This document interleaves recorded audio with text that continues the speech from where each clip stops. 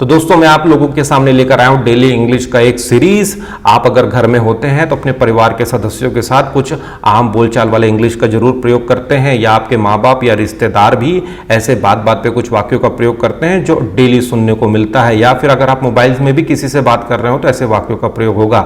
आप किसी ऑफिस या मीटिंग में भी अगर आप देखें, या अगर आप किसी से मोबाइल में भी चैटिंग कर रहे हैं तो ऐसे कई वाक्य होते हैं जिसका प्रयोग हम बार बार करते हैं, या दोस्तों के बीच भी हम लोग करते हैं। तो आज इसी के ऊपर हम चर्चा करेंगे। मेरा नाम है Devtir Sahu, I am the director of the spoken English and English guru. So let's start daily English series. तो चलिए दोस्तों, डेली इंग्लिश पार्ट 5 को स्टार्ट करते हैं। देखिए आपके स्क्रीन पे पहला शब्द आ रहा है, तुम्हारे पीछे कौन दौड़ रहा था। तुम्हारे पीछे कौन दौड़ रहा था, क्या बोलेंगे? Who was running after you. तो ज्यादातर लोग बिहाइंड यू का प्रयोग कर देते, गलत है। Who was running after you, तो आपके पीछे कौन दौड़ रहा था? Who was running after you. Who was running after you, आपके पीछे कौन दौड़ रहा था। अगला सेंटेंस, तो वहां जाने का कोई लाभ नहीं है, क्या बोलेंगे? It is not worthwhile going there. Next sentence देखेंगे, कल बहुत जोरों की बारिश हुई, या कब जोरदार बारिश हुई। कई बार हम लोग बोलते हैं यार कल तो बारिश जबरदस्त था, क्या इंग्लिश में हो जाएगा इसका? It rained so heavily yesterday. It rained heavily yesterday. देखिए दोस्तों, ये पास्ट इंडेफिनिट है, सब्जेक्ट हो जाता है इट। इट के बारे में मैं ऑलरेडी पढ़ा चुका हूं, और यहाँ पे वर्ब का सेकंड फॉर्म, तो बारिश होना, रेन सेकंड फॉर्म हो जाएगा रेन्ड। तो it rained so heavily yesterday. अगला सेंटेंस देखिए, वह बहुमत से चुना गया। वह बहुमत से चुना गया, क्या हो जाएगा इंग्लिश में? He was elected by majority. He was elected by majority, तो वह बहुमत से चुना गया, तो he was elected by majority. अगला, लड़ाई तो होकर रहेगी। कई बार हम लोग बोलते हैं जब किसी से पंगा हो जाता है या कोई बात बढ़ जाती है तो हम बोलते हैं बॉस पंगा तो हो गया, लड़ाई तो होकर ही रहेगी। इंग्लिश में क्या हो जाएगा? War is inevitable. War is inevitable, तो लड़ाई होकर ही रहेगी। अगला, अच्छा समय आएगा। गाना भी आया था ना, अपना समय आएगा या अपना टाइम आएगा, तो इंग्लिश में क्या हो जाएगा? Better time will come. तो बेटर टाइम विल कम, अपना समय आएगा या हमारा अच्छा समय आएगा। नेक्स्ट देखते हैं, आशा पर दुनिया कायम है। तो hope sustained life. Hope sustained life मतलब आशा पर दुनिया कायम है, उम्मीद पर ही दुनिया कायम है। Hope sustained life.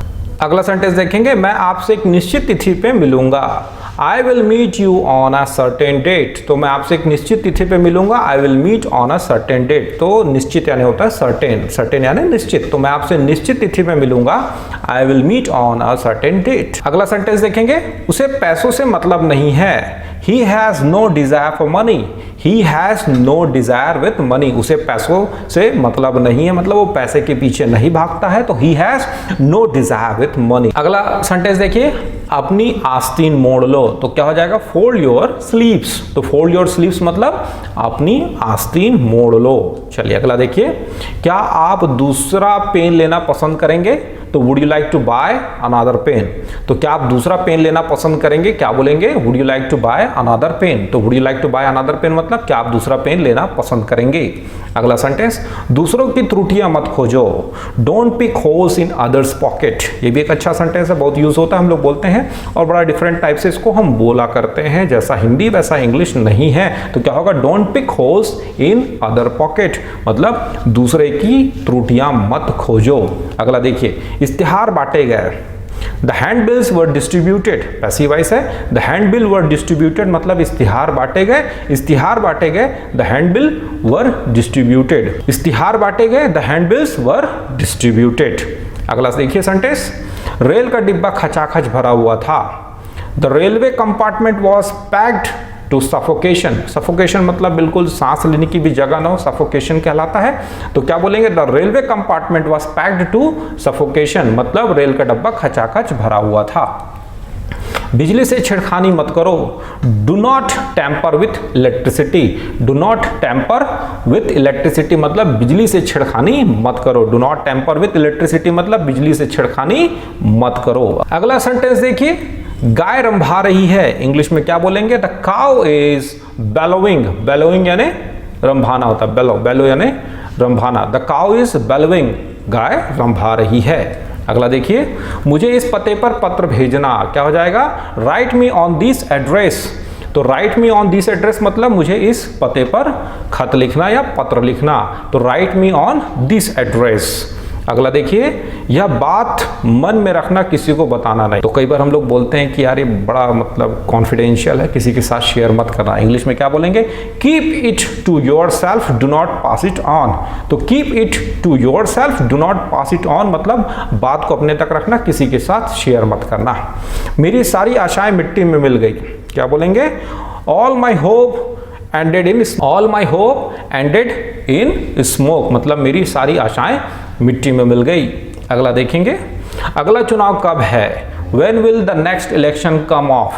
When will the next election come off मतलब अगला इलेक्शन कब है या कब आयोजित की जाएगी। अगला सेंटेंस, सरकार ने एक बिल पेश किया। The government tabled a bill। The government tabled a bill मतलब सरकार ने एक बिल पेश किया, सरकार ने एक बिल पेश किया।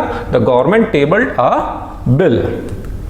काम से जी ना चुराओ, डू नॉट श्रिंक वर्क। काम से जी मत चुराओ, डू नॉट श्रिंक वर्क। तो काम से अगर कई बार कुछ बच्चे जी चुराते हैं तो हम लोग बोलेंगे do not shrink work. Next sentence देखेंगे, कोई आपको बुला रहा है। Someone is calling you. तो समवन इज कॉलिंग यू मतलब कोई आपको बुला रहा है, कोई आपको बुला रहा है तो क्या हो जाएगा? Someone is calling you. आप यहां कब आए? When did you come arrive here या come here। तो when did you arrive here, आप यहां कब आए? आप यहां कब आए? When did you come here या arrive here। क्या आपको व्याकरण में कोई कठिनाई है? Do you have any difficulty in grammar? Do you have any difficulty in grammar? क्या आपको ग्रामर में या व्याकरण में कोई समस्या है या कोई कठिनाई है। वह लंबी लगती है। She is very tall। तो शी इज वेरी टॉल मतलब वह लंबी लगती है या लंबी है, तो वह लंबी है, शी इज वेरी टॉल। आजकल मेरे पास रुपया पैसा नहीं है। These days I am out of pocket. तो these days I am out of pocket मतलब आजकल मेरे पास कुछ नहीं है, मतलब मैं गरीब हो गया हूँ, ठीक है ना। अक्सर दोस्तों भी बोलते हैं कोई पैसा मांगता है, भाई आजकल पैसा पड़े कुछ नहीं है, ठीक है, जीएसटी चल रहा है, डिमोनेटाइजेशन हो गया, तो these days I am out of pocket. अगला सेंटेंस देखिए, यह मोटी रकम है। दिस इज अ टाइडी या हैंडसम अमाउंट। तो दिस इज अ टाइडी या हैंडसम अमाउंट मतलब यह एक मोटी रकम है, यह एक मोटी रकम है। This is a handsome amount. तो दोस्तों ये था डेली इंग्लिश पार्ट 5।